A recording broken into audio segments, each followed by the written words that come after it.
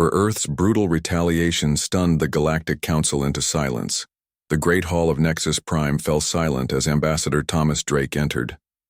His steps echoed across the polished floor as representatives from over 200 worlds watched with a mix of curiosity and contempt.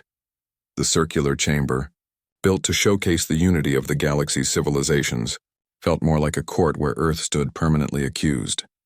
Drake straightened his formal blue uniform, the single silver Earth emblem on his chest catching the light. He had been Earth's voice for 3 years now. 3 years of being ignored, dismissed, and today, he feared, humiliated.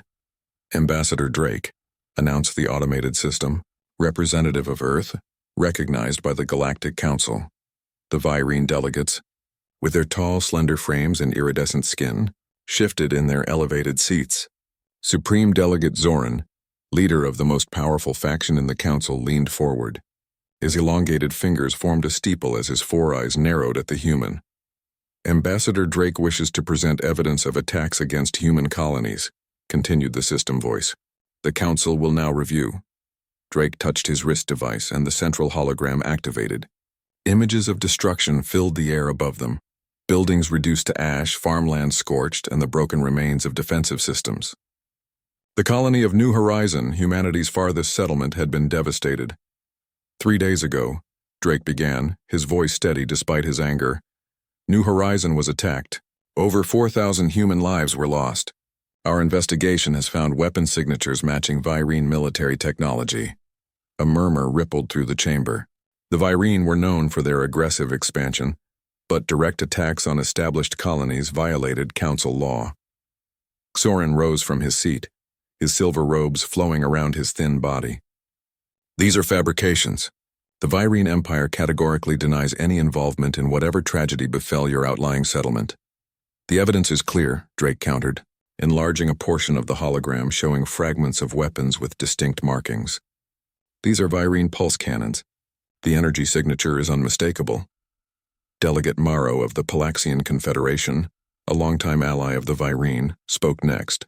Perhaps human technology simply cannot differentiate between similar energy weapons. Many species use pulse-based technology.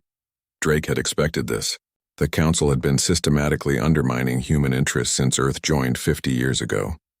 Humanity was still seen as newcomers, barely out of their solar system and unworthy of equal standing. We have collected additional evidence, Drake said, revealing more data. Surveillance satellites captured images of ships entering and leaving the New Horizon system. They match known Virene destroyer configurations. The images were clear enough, showing the distinctive wedge-shaped vessels that only the Virene used. For a moment, Drake thought he had them. Then Zoran laughed. The sound silenced the chamber. A Virene laugh was rare, a chirping, clicking sound that sent chills down Drake's spine. Ambassador, Zoran said with obvious amusement, these images could be created by any decent programmer. If your colony suffered an attack, perhaps you should look to the rebels within your own territories. We all know how fractured human governance can be. Several delegates nodded. Earth's early years in space had been marked by conflicts between Earth-loyal colonies and independence movements. The attack came from outside our territory, Drake insisted. We demand an investigation by Council peacekeepers. High Counselor Terran, a member of the ancient Zolari race and nominal head of the Council, finally spoke. His gravelly voice carried the weight of centuries. The Council has heard your concerns, Ambassador Drake. However, without more substantial evidence, we cannot approve peacekeeping resources. The motion for investigation is denied. Drake felt cold anger spreading through his chest. This was the third attack in as many months. Each time the Council dismissed Earth's pleas for help. Each time more human lives were lost. Then Earth will defend itself, Drake said, his voice dropping to a dangerous calm. Soren's four eyes blinked in sequence, a sign of Virene mockery. With what? Your ships are centuries behind ours. Your weapons are primitive. Your very presence in the galactic community is on our sufferance. The chamber grew tense. Such open disdain violated council etiquette, but no one called the Virene leader to order. The Virene believed themselves untouchable, Drake said, addressing the entire council now. They attack our colonies with impunity because they think we cannot respond. They are mistaken. Zoran rose to his full height, nearly 3 meters tall. Is that a threat, human? What could your primitive species possibly do against the might of the Virene Empire? We who traveled the stars when your ancestors were still living in caves? The insult hung in the air. Many delegates shifted uncomfortably, but none spoke in Earth's defense. Drake stood perfectly still, his face betraying nothing. This council was formed to prevent conflict, to resolve disputes peacefully. You have failed in that duty. When we joined, we agreed to abide by your rules. But rules that protect only the powerful are not rules at all. You speak of rules? Zoran hissed. Your kind has been breaking our cultural protocols since your arrival. You expand too quickly, trade too freely, question too boldly. Perhaps these attacks are simply the universe's way of putting humans back in their proper place. Several Virene delegates clicked their approval. Others looked away, unwilling to meet Drake's gaze. High Counselor Terran tapped his ceremonial staff. This discussion serves no purpose. The Council has ruled. Earth's request for investigation is denied. If you have actual evidence of Virene involvement, you may present it at the next formal session. Drake nodded once sharply. Very well. Earth will remember this day. As he turned to leave, his secure communicator vibrated against his wrist. The message was brief, encrypted with the highest government clearance. Authorization Omega granted. Protocol Nemesis is active. Drake's steps faltered for just a moment before he composed himself and continued walking. Behind him he could hear Zoran's voice, still mocking, still confident in the Virene's absolute superiority. See how quickly they surrender, the Virene leader was saying. All posturing, no substance. This is why humans will never be our equals.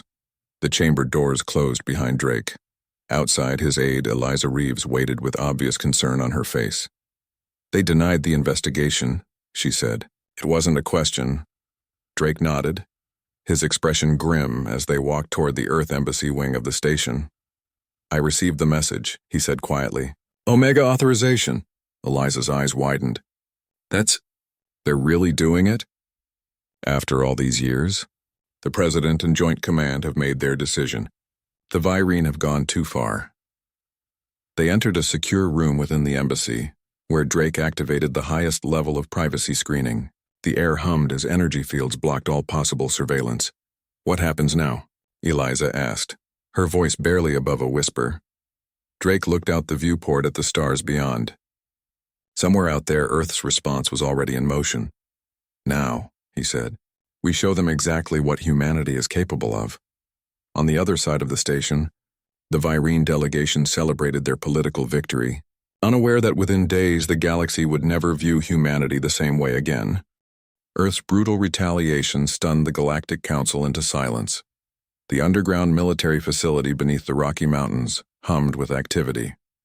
General Layla Harrington stood before a wall of screens, her gray-streaked hair pulled back tightly, her uniform bearing the simple insignia of Earth Defense Command. For decades, this facility had remained hidden from the Council's watchful eyes. Protocol Nemesis is now active, she announced to the room of officers and scientists. Authorization came directly from the President and Joint Command. A hushed silence fell over the room. For 50 years, Earth had played the part of a developing spacefaring civilization, hiding its true capabilities from the galaxy. Protocol Nemesis had been designed but never implemented, until now. Commander Victor Reyes stepped forward, his dark eyes reflecting the blue light of the screens. The Ghost Fleet is ready, General. All 15 vessels report green status. The Ghost Fleet, the crown jewel of Earth's hidden military might. Invisible to standard detection methods, armed with weapons developed in complete secrecy and crewed by the best Earth had to offer. And the targets? Harrington asked. Dr. Maya Williams approached with a data tablet. Her expertise in alien defense systems had proven invaluable. I've identified 3 primary Virene military installations with minimal civilian presence. Their defense networks have exploitable weaknesses here, here, and here. She pointed to blinking points on the galactic map. How confident are you in these blind spots, Doctor? Harrington asked. Williams allowed herself a small smile. The Virene believe their quantum shield technology is impenetrable. They've grown complacent. They've never faced Earth's disruption technology because they don't know it exists. For 5 decades, Earth had maintained 2 separate technological tracks. One was public, the technology shared with the Council and used in official Earth vessels. The other, developed in secret, was decades more advanced. "What's the latest from the Enceladus outpost?" Reyes asked. Harrington's expression darkened. "Gone. The Virene destroyed it 6 hours ago. 200 scientists and their families. No survivors." The room grew colder with anger. The science station on Enceladus, one of Saturn's moons, had been conducting peaceful research on extremophile organisms. "They're getting bolder," Williams said quietly. "They believe we can't touch them." "And the council?" Reyes asked. Ambassador Drake filed another formal protest. It was ignored as expected. Harrington brought up a new set of images. "These are the Virene ships that attacked Enceladus. They've returned to their base in the Rigel system." "Rigel is on our target list," Williams noted. "Their largest shipyard," Harrington nodded. "It is now our primary target. Commander Reyes, prepare your fleet. You launch in 6 hours." As the officers dispersed, Harrington moved to a private communication terminal. The face of President Laura Morgan appeared on the secure channel. "General, update me on our readiness," Morgan said without preamble. "The Ghost Fleet launches soon. First strikes will occur within 36 hours. The Virene won't know what hit them." Morgan nodded, her expression solemn. "I've just finished addressing the Security Council. The decision was unanimous. After 50 years of restraint, we can no longer stand by while our people are slaughtered." "And if the Council retaliates against Earth directly?" Harrington asked. "Defense System Aegis is fully operational. Earth and all inner colonies are protected." Morgan leaned closer to the screen. "Make sure Commander Reyes understands his parameters. This is not about vengeance. We strike military targets only. We show strength, not cruelty."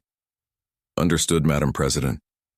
After the call ended, Harrington made her way to the launch bay where the Ghost Fleet crews were preparing.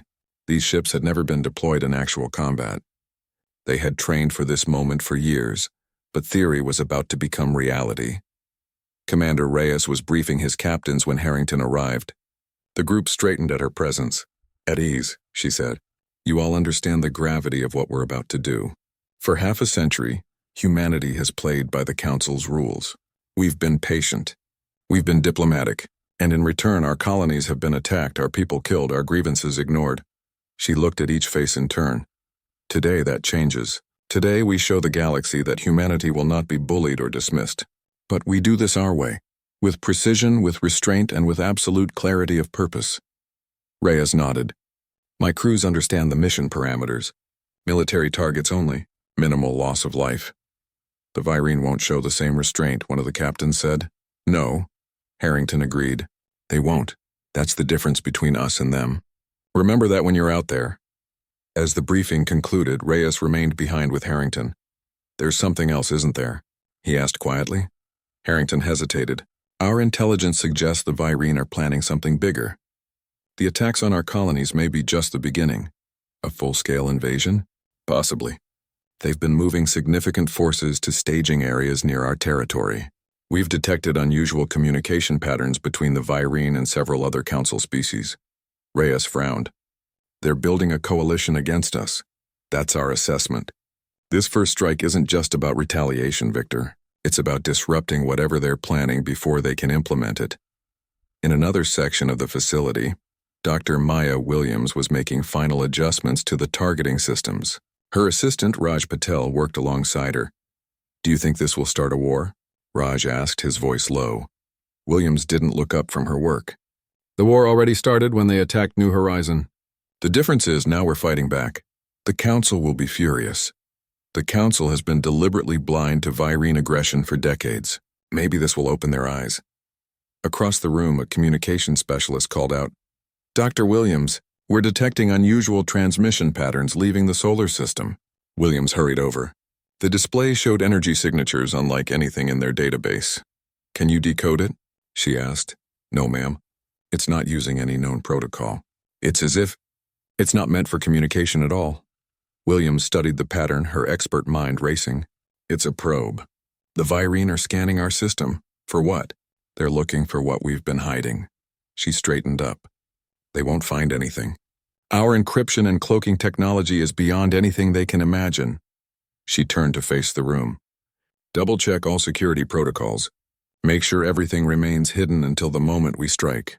The element of surprise is our greatest advantage." As the final preparations continued, Commander Reyes walked alone through the Ghost Fleet hangar, 15 ships, each a masterpiece of human ingenuity and determination. Sleek black vessels that absorbed rather than reflected light. Weapon systems that could penetrate any known defense. Engines that left no energy trail.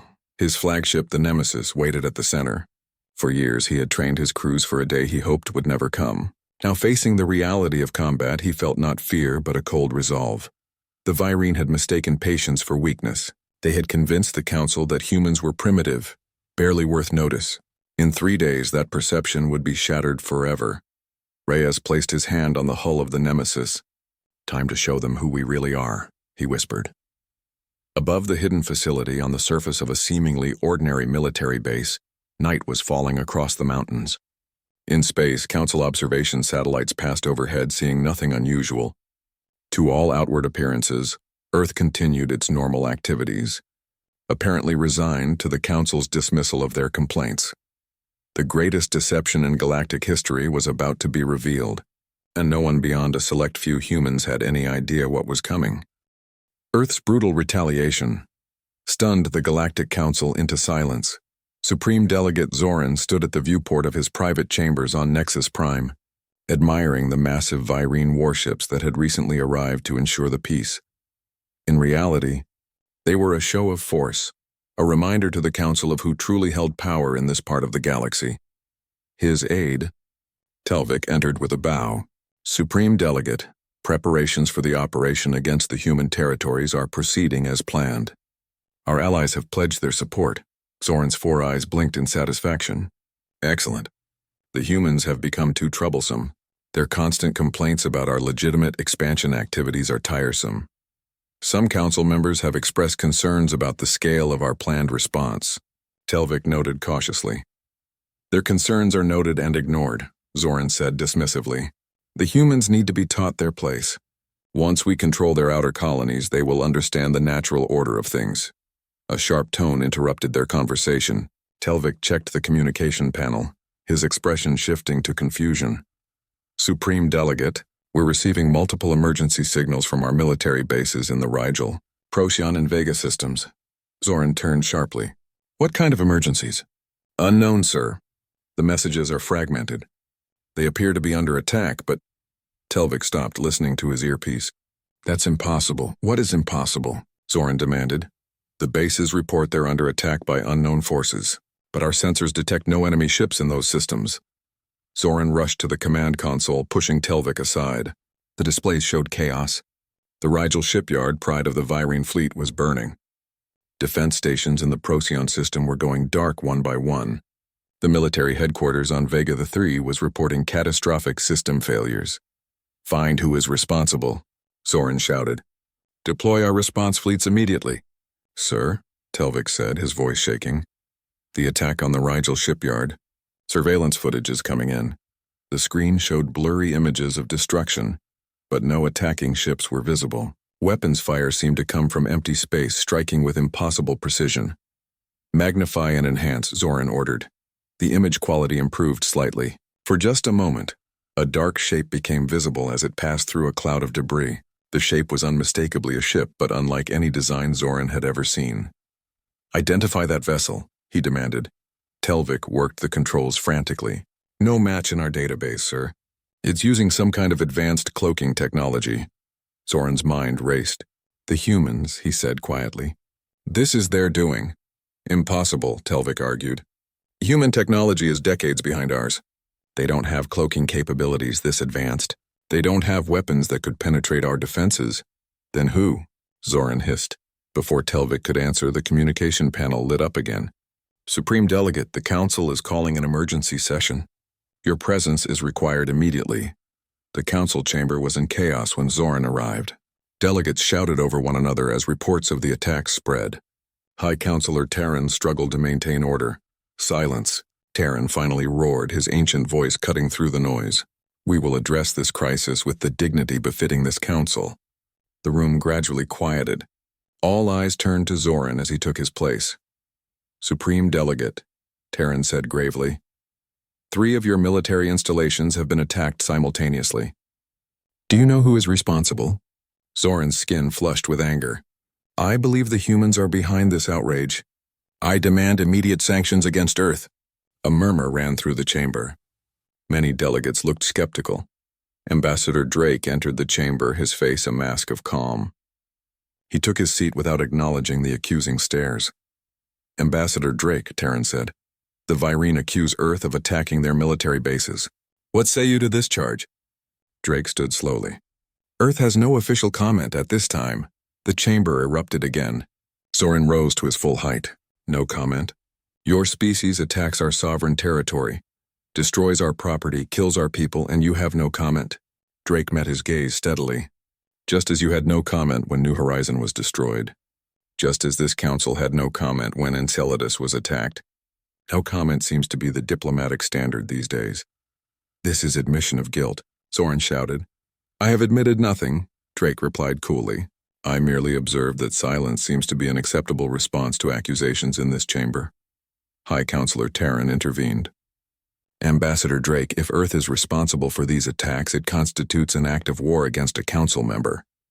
The consequences would be severe. If Earth were responsible, Drake said carefully, it would be responding to repeated acts of war already committed against it, acts this council chose to ignore. Delegate Talus of the Arcturian Confederation, known for their neutrality in council matters, spoke up. The attacks show a level of technological sophistication beyond what Earth has demonstrated previously. How do we know they are responsible? Who else would target Virene military installations? Zoran demanded. Perhaps one of the many species your empire has subjugated over the centuries, Talus suggested mildly. You have no shortage of enemies, Supreme Delegate. Before Zoran could respond, his aide rushed into the chamber, ignoring protocol. Supreme Delegate, urgent news from the home world. Zoran stepped aside to receive the message. The blood drained from his face as he listened. What is it? Terran asked. Zoran turned back to the council, his voice tight with rage. Our defense fleet has been redirected. Redirected? Terran repeated. How? By whom? Someone has compromised our navigation systems, Zoran said. The fleet intended to defend our homeworld has been sent to the wrong coordinates. All eyes turned to Drake, who remained impassive. In the silence that followed, a new message appeared on the main display screen. It showed a clear image of a sleek black ship becoming visible as it deactivated its cloaking technology. On its hull was the unmistakable emblem of Earth. The Ghost Fleet is real, someone whispered. Rumors of Earth's secret military development had circulated for years, always dismissed as human propaganda. Now the evidence hovered before them. Drake finally spoke again. The Virene have attacked Earth colonies repeatedly. They destroyed a peaceful research station. They killed thousands of our citizens. They planned a major offensive against our territories. He paused. We know about the fleet gathering near the Tau Ceti system, Supreme Delegate. We know its intended purpose. Zoran's eyes widened slightly, confirmation enough that Drake spoke the truth. Earth requested investigation and justice through proper channels, Drake continued. This council refused. When peaceful options are exhausted, other measures become necessary. You admit to these attacks, then? Terran asked. I admit that Earth will defend itself by any means necessary, Drake replied, as is our right under the Council's own charter. Zoran slammed his fist on the table. Your primitive species dares to challenge the Virene Empire? This is suicide. Our full might will descend upon your homeworld. Your species will be eradicated. A new message appeared on the central display. Live footage showed the Virene fleet, the one meant to attack Earth, now in orbit around the Virene homeworld itself. Your fleet has arrived at its destination, Supreme Delegate, Drake said quietly, just not the one you intended. As the Council watched in stunned silence, Earthships decloaked around the Virene vessels. They were outnumbered 10-1, yet they moved with confidence. This is Admiral Diana Foster of the Earth Defense Force, a woman's voice announced over the Council's communication system. Your weapons systems have been neutralized. Your engines are disabled. You are immobilized in orbit around your own homeworld. Zoran stared in disbelief. Impossible. You should choose your next actions very carefully, Supreme Delegate, Drake said. Admiral Foster has orders to show restraint. Don't test the limits of that restraint. The council chamber had gone completely silent. The power balance that had defined galactic politics for centuries had shifted in a single day. Drake turned to address the entire council. Earth chose mercy today. Remember that. We could have destroyed those ships and your installations completely. Instead, we disabled them with minimal loss of life. He looked directly at Zoran. We are not the primitives you believe us to be. We have never been. We chose peaceful integration with the galactic community, but that choice was never born of weakness. High Counselor Terran found his voice at last. This council must deliberate on these unprecedented events. Ambassador Drake, we request Earth's cooperation in de-escalating the situation immediately. Drake nodded once. Earth is always open to genuine diplomacy, Counselor. That has never changed. As Drake left the chamber, the stunned silence continued. For the first time in Council history, the mighty Virene had been humbled, and the species that had done it was one they had dismissed as primitive and irrelevant. The galaxy would never be the same. Earth's brutal retaliation stunned the Galactic Council into silence. 6 months had passed since Earth revealed its true power to the galaxy. The Council chambers on Nexus Prime had been redesigned, no longer a tiered semicircle with the Virene and other ancient species elevated above the rest, but a true circle where all delegates sat at the same level. Ambassador Thomas Drake entered the chamber, noting the symbolic change with satisfaction. Earth now held a permanent seat on the Council's inner circle, a position previously reserved for species with at least 2 centuries of interstellar travel. The chamber quieted as High Counselor Terran called the session to order.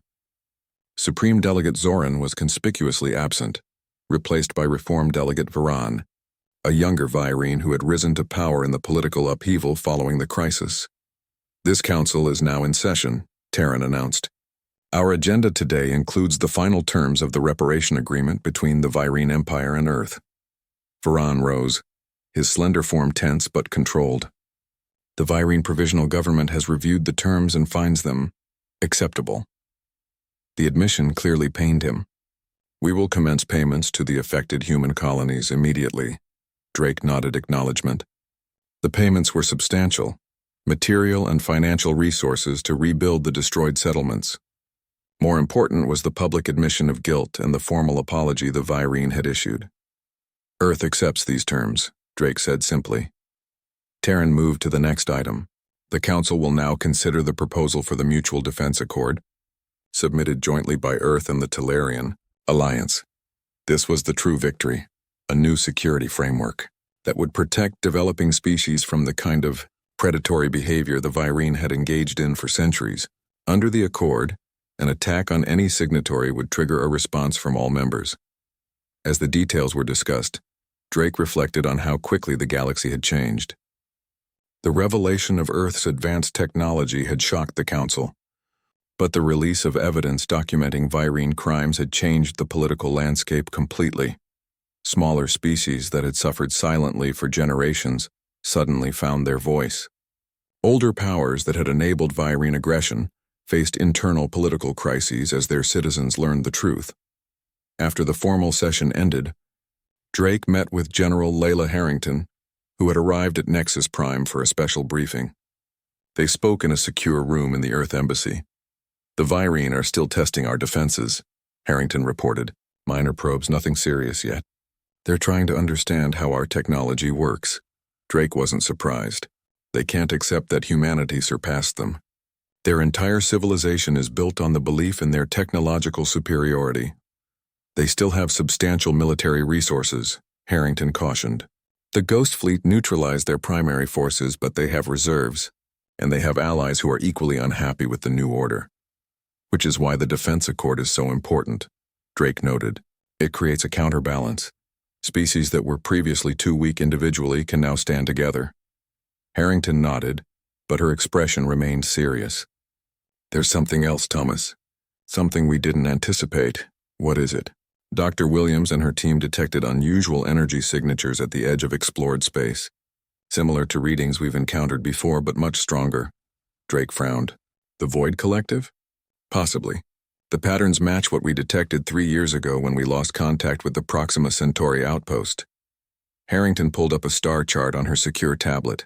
Whatever it is, it's moving, and it's large. For decades, Earth scientists had detected mysterious signals from beyond known space, evidence of something powerful and potentially threatening. They had kept their findings secret, even from the Council. focusing instead on developing defensive technologies that might protect humanity from all threats, known and unknown. Does the Council know? Drake asked. Not yet. We wanted to consult with you first. Drake considered the implications. If we bring this to the Council now, many will see it as a convenient distraction from Earth's sudden rise to power. They'll suspect we're fabricating an external threat to maintain our new position. But if this is the Void Collective, and they're moving toward Council space, then we'll need every species working together to mount an effective defense. Drake finished. A divided galaxy would be vulnerable. Harrington's expression was grim. Our analysis suggests whatever's out there is technologically advanced, possibly beyond even our capabilities. Drake made his decision. Prepare a full briefing package. Evidence only, no speculation. I'll present it to the inner circle first, then the full Council if they agree. Later that day, in a smaller chamber reserved for the Council's most sensitive discussions, Drake presented the findings to the 7 members of the inner circle. The reaction was mixed. These readings could be anything, Delegate Maro of the Palaxians argued. Natural phenomena, anomalies in your detection systems. Our systems are accurate, Drake replied calmly, and the pattern is consistent with smaller phenomena we've observed over 2 decades. The difference is scale and direction. High Counselor Terran studied the data with ancient knowing eyes. I have seen records in our archives, he said slowly. Very old records from the early days of our civilization's space exploration. They describe encounters with something at the edges of known space. Something that left no survivors. The chamber grew quiet. Those records were sealed by the Council 10,000 years ago, Terran continued. Deemed too disturbing, too likely to cause panic. I had thought them merely legends, cautionary tales from a more superstitious time. You believe there is a connection? Asked Delegate Talus of the Arcturians. The descriptions match these energy signatures with remarkable precision, Terran said. If these are the same entities, then the threat is very real indeed. Reform Delegate Varan of the Virene looked troubled. If this information is accurate, it changes everything. Internal conflicts within Council space become irrelevant in the face of an external threat. Precisely, Drake said. Earth brings this information forward not to distract from recent events, but because a united response would be essential if these entities prove hostile. Varan studied Drake with all 4 eyes. Why would you share this now? Earth has gained considerable advantage over the Virene. This information could unite us again. Because some threats transcend political rivalry, Drake answered simply. If these entities, this Void Collective as we've termed them, are what we suspect, then all Council species could be at risk. The discussion continued for hours, with each delegate weighing the evidence and implications. Finally, High Counselor Terran called for a decision. The Inner Circle will establish a joint scientific and military task force to investigate these phenomena, he announced. All member species will contribute resources according to their capabilities. Earth and the Zolari will co-lead the initiative, given their respective technological advancement and historical knowledge. It was a significant victory, the Council taking the threat seriously while acknowledging Earth's new status. As the meeting concluded, Varan approached Drake privately. Ambassador, the Virene said stiffly, recent events have created tension between our peoples. Drake nodded but remained silent. However, Varan continued, if this external threat is real, cooperation becomes necessary. The Virene Provisional Government is prepared to share certain historical records that may be relevant. Our ancestors may have encountered these entities before. It was an olive branch, small but significant. Earth would welcome that cooperation, Drake replied. 2 days later, aboard the Earth diplomatic vessel returning to the Sol system, Drake and General Harrington reviewed the outcomes of the Council session. The Mutual Defense Accord has 28 signatories already, Harrington noted, including species that previously wouldn't even talk to each other. Fear is a powerful motivator, Drake observed. Between the Virene being humbled and the potential external threat, smaller species see cooperation as their best chance for survival. Do you think the Virene will honor their commitments? Harrington asked. The reparations, the territorial guarantees? For now, Drake said. They've been weakened politically and militarily. Reform elements within their society have gained power, but their cultural belief in their superiority won't disappear overnight. And the Void Collective? Drake's expression grew more serious. The evidence is compelling. Whatever's out there, it's moving with purpose. The task force will need to work quickly. Harrington nodded. President Morgan has authorized full disclosure of our research to the task force. Admiral Foster will represent our military. Interests? Good. Foster understands the balance between demonstrating our capabilities and maintaining strategic advantages. The ship's viewport showed the stars streaking by as they traveled at speeds the Council had believed impossible for human technology. It was a constant reminder of how thoroughly Earth had deceived the galaxy, and how completely the deception had been revealed. Do you ever regret it? Harrington asked suddenly. The path we chose, hiding our true capabilities for so long, then revealing them so dramatically? Drake considered the question carefully.